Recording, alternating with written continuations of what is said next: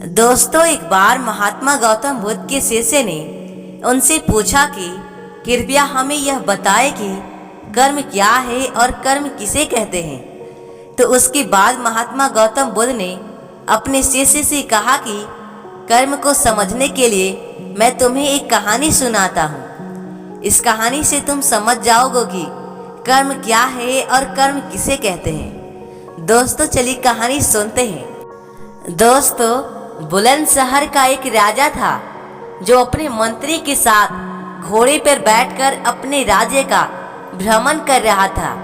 राज्य का भ्रमण करने के बाद राजा एक दुकान के पास रुक गया और रुकने के बाद राजा ने अपने मंत्री से कहा कि मंत्री जी, मालूम नहीं क्यों लेकिन मुझे लगता है कि इस दुकानदार को कल की कल फांसी की सजा सुना दूं और मुझे इसे मृत्यु दंड देने की इच्छा हो रही है। उसके बाद मंत्री जी राजा से इसका कारण पूछ पाते, इससे पहले राजा उससे आगे निकल गए। मंत्री ने इसका कारण पता करने के लिए अगली सुबह भेष बदलकर आम जनता का रूप धारण करके उस दुकानदार के पास पहुंचा। और वैसे तो दुकानदार चंदन की लकड़ियां बेचने का काम करता था। इसके बाद मंत्री जी ने दुकानदार से पूछा कि भाई, आपका काम कैसे चल रहा है। उसके बाद दुकानदार ने कहा कि भाई, बहुत ही बुरा हाल चल रहा है। लोग दुकान पर आते हैं, चंदन को सूंघते हैं और फिर उसकी प्रशंसा तो बहुत करते हैं, लेकिन खरीदता तो कोई भी नहीं। और उसने आगे बताया कि मैं सिर्फ इसी इंतजार में हूँ कि कब हमारे राज्य की राजा की मृत्यु हो जाए और उनके अंतिम संस्कार के लिए मेरी दुकान से बहुत सारी चंदन की लकड़ियां खरीद लिया जाए और शायद वहां से मेरे चंदन की लकड़ियां बेचने के व्यापार में थोड़ी बढ़ोतरी हो जाए और मेरा व्यापार भी अच्छा हो जाएगा। दोस्तों, इसके बाद मंत्री को सब बात समझ में आ गई कि यही नकारात्मक विचार है जिसने राजा के मन को भी नकारात्मक बना दिया है। मंत्री बहुत ही बुद्धिमान और होशियार था, तो इसलिए उसने सोचा कि मैं थोड़ी बहुत इस दुकानदार से चंदन की लकड़ियां खरीद लेता हूँ।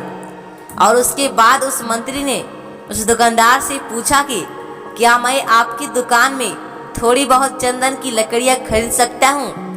दुकानदार यह सुनकर बहुत खुश हो गया और उसने सोचा कि चलो, इतने समय से कुछ भी नहीं बिक रहा था।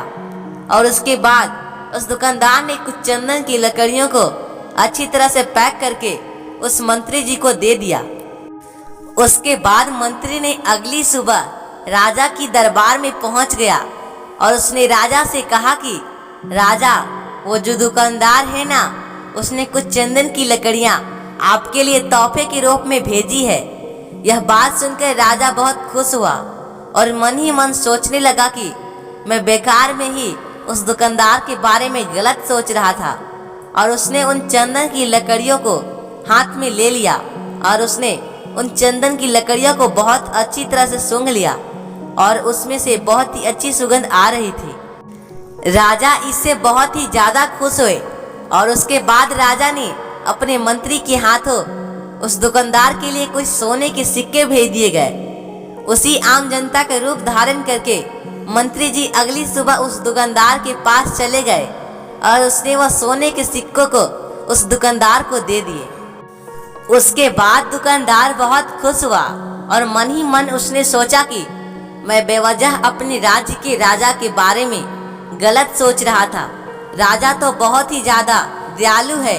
और यहीं पर महात्मा गौतम बुद्ध जी ने कहा, हानि को खत्म किया। ये कहानी जब खत्म हुई तब गौतम बुद्ध ने अपने शिष्यों से कहा कि अब आप बताइए ही कर्म क्या होता है। तब गौतम बुद्ध जी के सभी शिष्यों ने जवाब देते हुए कहा कि शब्द ही हमारे कर्म होते हैं और हम जो भी काम करते वही हमारे कर्म होते हैं और जो हमारी भावनाएं होती है वही हमारे कर्म होते हैं। महात्मा गौतम जो के सभी शिष्यों के जवाब सुनने के बाद महात्मा बुद्ध ने कहा कि आपके विचार ही आपके कर्म है। अगर आपने अपने खुद के विचारों पर नियंत्रण पाना सीख लिया तब आप एक महान इंसान बन जाते हैं। जब आप अच्छा सोचते हैं तब आपके साथ अच्छा ही होता है और वो होता ही रहेगा। दोस्तों, इसलिए मैं भी कहना चाहूँगा कि अगर आप अच्छा सोचोगे तो दूसरों लोग भी अपने आप के बारे में अच्छा सोचने लग जाएंगे।